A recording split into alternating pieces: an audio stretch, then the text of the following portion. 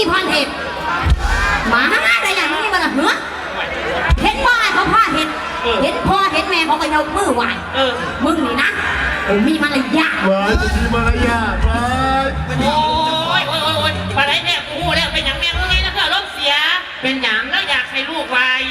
ว่าอยากแบบแม่กูไงเอ้ยมึงเอื้อนหนียุวันนี่เนาะถ้าเจ้าสิเทพพระประธานรับสิให้เจ้าโดดล้มเบาพระประธานแล้วก็ร้องไปนะพระประธานแล้วจะไม่พูดอะไร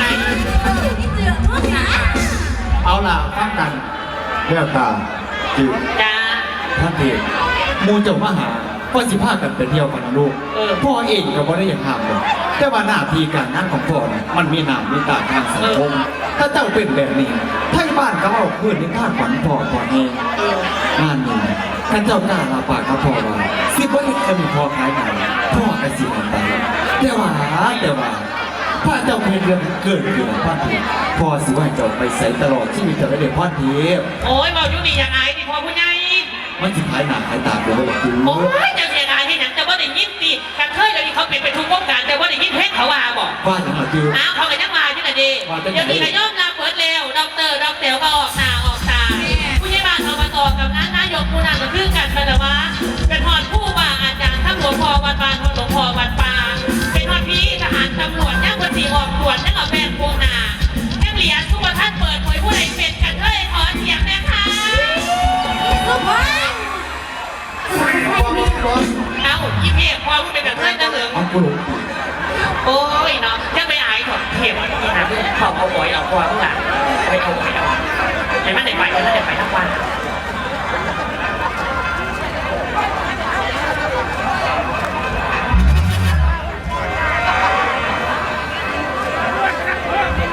โอ้นางเอ๋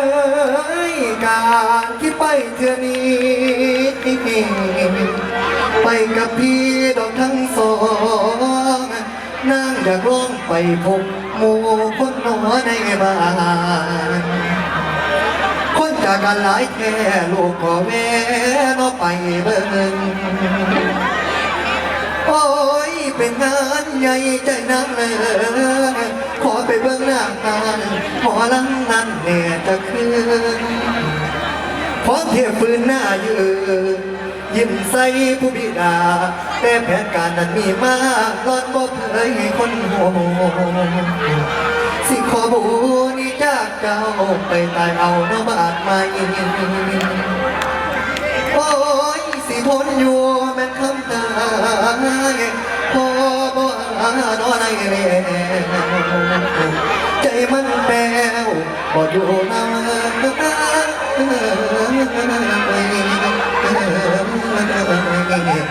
อนอ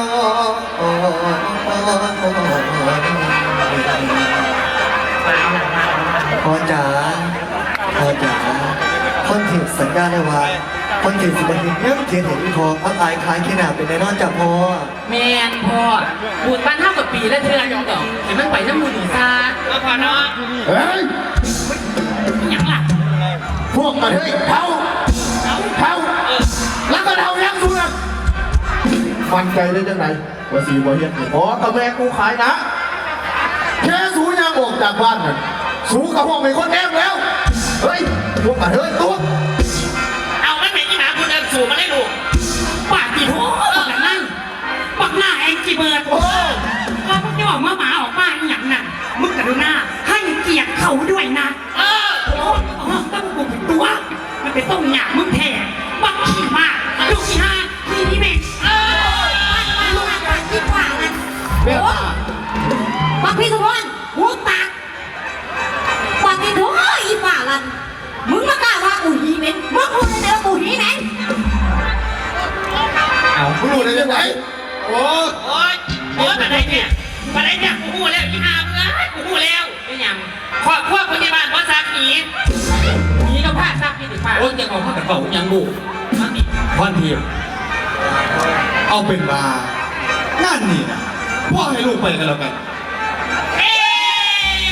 ทุกมากันเลยมาแม่สุดเด้เวทศูนย์ด้วยเอาบอกกันนี่มันเป็นพ่อดีสุดได้ป่ะข้าวมาหมาเราพวกน้อยห้ามนิดเดียวพอเดี๋ยวนี้แม่ก็นิดเดียวพอใจว่าลูก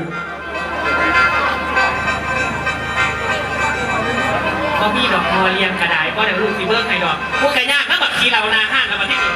กัดคุณอีกเป็นจะมาสิฟังผู้ใดเจ้าเนี่ย ไก่ย่างว่ะว่าต้องห่วงดอกพอคอยสิเบิ้งสิแง่ของมันดอกยี่เสียมันจะจ้ำหลานคอยนะล่ะ เพิ่งออกมาได้เยอะ ว่าอย่างดอกคุณพี่ตาอายุ เออ นี่ให้ป้าถามดีๆสักคนหนึ่งอันมากมันเป็นแผนของเมื่อที่อาจจะถือว่าเมื่อออกจากเที่ยงนี่แต่ว่าเมื่อคิดดีเดี๋ยวไปบอกว่าสีหอมเสียหอมหานี้จากพออยากแหวมไปตายเอาดาบหนาคิดดีหรือไม่ ข้าเขียวว่าข้าเขียวคิดดีแล้วจากการไปตายเอาเท่านั้นคือสิริบอลอยู่แบบว่าไม่มีสาระแบบนี้ปัจจุบันปัจจุจ๋า จ้า เมื่อฮื้อนะป่าข้าฟังเทียนไปหาไอแทนขึ้นไปในบ่อ ไปใส่บาสิถ้าไปเมื่อวันจะมึงหนีจากนรกขุนดีให้แต่วันจะมีไอ้หมูไอ้ป่าทั้งสองก็ไม่เป็นไรป่าทั้งสองเป็นอย่างนี้เป็นให้กันเบาหยังสองคนโอ้ยกลัวกันจะมีกลัวกูจะเลิกไปเตะปากกับทีเราเนี่ยมาฆ่าคิวสามหางมาปวดหัวเล่าอยู่นี่เพราะมีหยังดอกเพราะมีหยังเอา คือเห็นสีส่วนกันไปใส่บางนึง หักสิไปพากันไปกินนั่นปลาหมึกย่างที่บุญหอมมวยใส่หมู เอ้าคือจังสิช่วงกระเทยนางสาบลาบอยู่นี่กันอย่างนั้น พ่อคอยสงสัยอย่างหนึ่ง อันใด อยากเห็นฟ้ามกันเทยบ่ เป็นยังไง อยากเดี๋ยวอีพ่อเทียบออกมากันเทยมูนันยางทั้งหมดกันไล่ออกมา ผู้กำกับยุทธศาสตร์เองว่าน้ำตั้งใจบวกและตั้งขวานกว่า กูยานแปดเรียกที่เดี๋ยวนี้เอาถ้ากันออกไปผู้ใครจะไปส่งมันได้บัดที่นี่ ไปว่ากันไปลาไป วาดมือกูไรจะสิมาหลับมันได้พอเด้อ เบื้องหลังได้ดีแล้วล่ะเยอะ ยังไม่อยากต้องกูขอ